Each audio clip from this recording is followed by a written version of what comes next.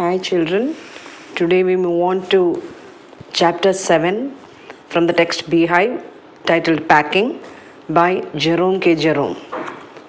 Jerome Klapka Jerome was an English writer and humorist best known for the comic travelogue Three Men in a Boat. This book became an instant success and has never been out of print. Its writing style has influenced many humorists and satirists in England and elsewhere. Now, the lesson that you have to learn is an extract from the novel Three Men in a Boat. It deals with the story of three friends, Jerome, that is the author himself, and his two friends, George and Harris. And they decide to go on a boat, on a trip. Boat journey. And the extract that you have to learn deals with how they pack for that trip. The humor elements. So we can easily identify with the lesson as we all would have experienced the session of packing our things for a trip. So many things we'll be able to identify ourselves with. Okay, we'll continue. We'll start. I said I would pack. I rather pride myself on my packing. Packing is one of those many things that I feel I know more about than any other person living. It surprises me myself sometimes how many such things there are. Now, why is that particular line put in bracket? The author starts straight away. I told you this is an extract, so it's almost a continuation of what happens in this particular part deals with packing. They have decided to go on a journey. Actually, the story deals with that they are very confused what to do. All of them feels very bored.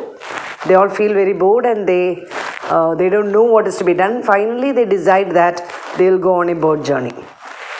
Then they decide to pack. Okay, that time the author, the I refers to author naturally, Jerome. So he says that I would pack. And he says that I rather pride myself on, look at the meaning, I'm proud of my packing skill. Packing is one of those many things. Packing is not the only thing that I know. It is only one of those many things that I feel I know more than any other person. I am an expert. And he says that it surprises himself that how many such things there are. How many such things means how many things there are in which he is an expert. That shows how proud he is or to what extent he boasts about the things that he knows. I impressed the fact upon George and Harris and told them that they'd better leave the whole matter entirely to me. So he told his friends that it's better you leave it, I will pack. You need not bother about that. They fell into the suggestion with a readiness that had something uncanny about it. Uncanny means weird. What does that mean? The moment he said that I will do the packing, you leave it to me, they agreed to it. They were so ready to that suggestion. That made the author feel that it is something very strange. Why did they react like that? George spread himself over the easy chair and Harris cocked his legs on the table. Just to tell us that they were very relaxed. Okay, you can do it, you do it. And they sat in a very relaxed manner. This was hardly what I intended. Intended means planned. So hardly means not. So this was not what the author had in his mind. What he had meant was, what I had meant, of course, was that I should boss the job and that Harris and George should potter about under my directions. That is what he expected to do. That I will boss him. You do this, you do that, you pack this one, you pack that one. He will do that and he will make George and Harris do it. But here what happened? The moment he said, I will pack, the other two relaxed themselves. I pushing them aside every now and then with, oh you, here, let me do it. There you are, simple enough. Really teaching them, as you might say. This is what he had expected to do. He will just stand there and give commands and make them do. Their taking it in the way they did irritated me. But how did they respond? They said, okay, you pack well and fine, happy, and they relaxed. And that irritated Jerome. There is nothing does irritate me more than seeing other people sitting out doing nothing when I am working. We all are like that, right? We are busy doing something, and our other friends sitting there simply sometimes irritate us. I lived with a man once who used to make me mad that way. So now he remembers, it's a flashback. The author is reminded of a similar situation earlier. He would loll on the sofa. Loll means sit in a relaxed manner and watch me doing things by the hour together. He said it did him real good to look on at me messing about. Now I am not like that. I can't sit still and see another man slaving and working. I want to get up and superintend means supervise, and walk round with my hands in my pockets and tell him what to do. It is my energetic nature. I can't help it. I can't sit on a sofa and see the other people doing work. I want to supervise, give instructions, do this, do that. Why? Because I'm very energetic by nature. I'm not a lazy person, That is his attitude. I can't help it. I cannot stop myself from doing that. However, I did not say anything, but started the packing. It seemed a longer job than I had thought it was going to be. But I got the bag finished at last, and I sat on it and strapped it. Ain't you going to put the boots in? Said Harris. And I looked round and found I had forgotten them. Won't such a, or I will ask you, haven't such a thing happened in our life also? We pack everything, we think that we have done it in an organized manner, and sometimes after packing we realize, we didn't pack this one. Sometimes you will have to unpack too much too, or unpack the whole thing to get it, depending on the thing that you forgot. So here again, after he has finished packing, Harris asked him, aren't you going to pack the boots? And I looked around and found I had forgotten them. That is just like Harris. He couldn't have said a word until I had got the bag shut and strapped, of course. That is, he is asking the same, then why couldn't he tell him earlier? That is Harris. Harris is like that. He waited till I finished the packing and then telling me that you have forgotten to pack the boat. And George laughed. One of those irritating, senseless laughs of us. They do make me so wild. All these are instances which we can easily identify ourselves with. When we are doing, trying to finish off one job, one person is watching all that and waiting till the last moment and then telling that, see, you have not packed the boots. You will feel irritated, right? In addition to that, another person is sitting and laughing at it. Look how he has described that laughter. One of those irritating, senseless laughs. If George was sensible, he wouldn't laugh like that, right? Making fun of others. So yes, senseless laughs of us. They do make me so wild. So wild means so angry. I opened the bag and packed the boots in. And then, just as I was going to close it, a horrible idea occurred to me. Had I packed my toothbrush? I don't know how it is, but I never do know whether I have packed my toothbrush. Now, this time, it is not someone else who reminded him. Second time he packed everything, then a horrible idea occurred to himself. What is that? Oh, did I pack my toothbrush? Again, this happens to us sometimes, right? And he says that it's not the first time. Many a time it has happened to him that he forgets whether he has packed his toothbrush. My toothbrush is a thing that haunts me when I am traveling and makes my life a misery. So he narrates to us his, deal with his toothbrush. How the toothbrush has brought misery to his life in his journeys. I dream that I haven't packed it and wake up in a cold perspiration and get out of bed and hunt for it.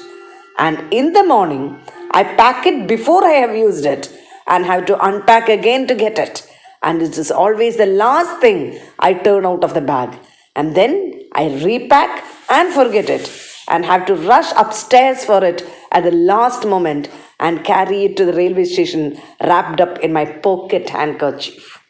Nothing to be explained, you just visualize what is it. When we think of it, toothbrush is a very small thing, right? You don't need a suitcase to pack that. But how much trouble it caused to the narrator. Not once. Sometimes he forgets, sometimes he pack it first, pack it last, and things like that. So just visualize it, nothing to be explained. Of course, I had to turn every mortal thing out now. Mortal thing here means every ordinary thing. And of course, I could not find it. Still, he couldn't find it. I rummaged the things up into much the same state. Rummaged means searched in a hurried and careless manner. That they must have been before the world was created. That is, before the world was created, we always said it was a big chaos, right? Confused state. So it was like that, the suitcase. And when chaos reigned, that is, and when must have before the world was created, when chaos reigned. So the situation within the suitcase was similar to that. Of course, I found George and Harris 18 times over. What? I found George and Harris what? Their toothbrush. When he searched for his own toothbrush, he saw the toothbrush of George and Harris 18 times over, but couldn't find my own. I put the things back one by one and held everything up and shook it. Then I found it inside a boot. I repacked once more.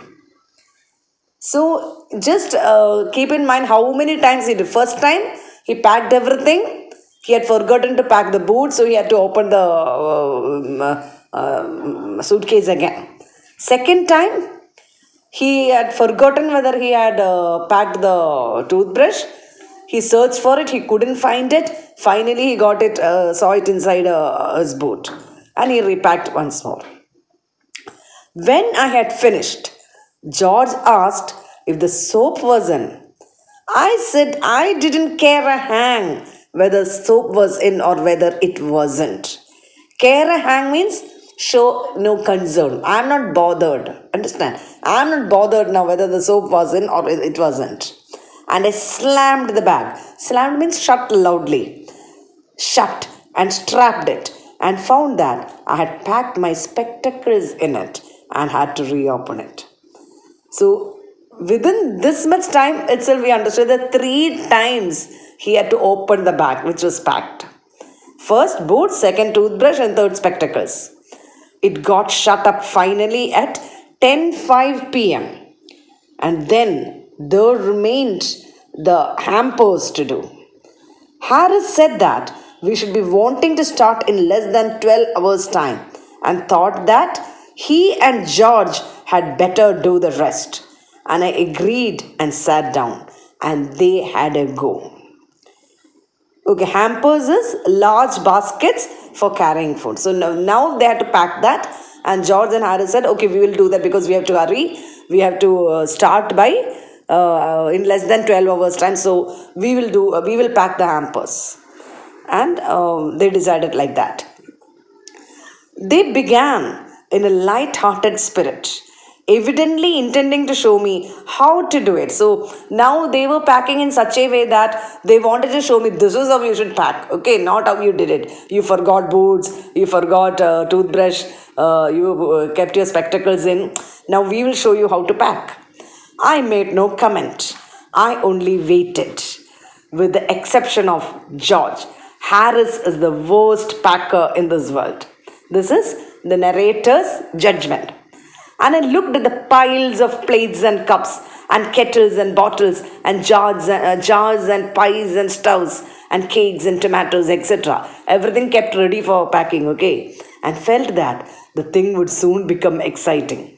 So, Jerome's judgment of Harris as a packer is he's a worst packer, and he looked at all the things that has to be packed, and he says that very soon this thing will become exciting. It did. They started with breaking a cup. That was the first thing they did.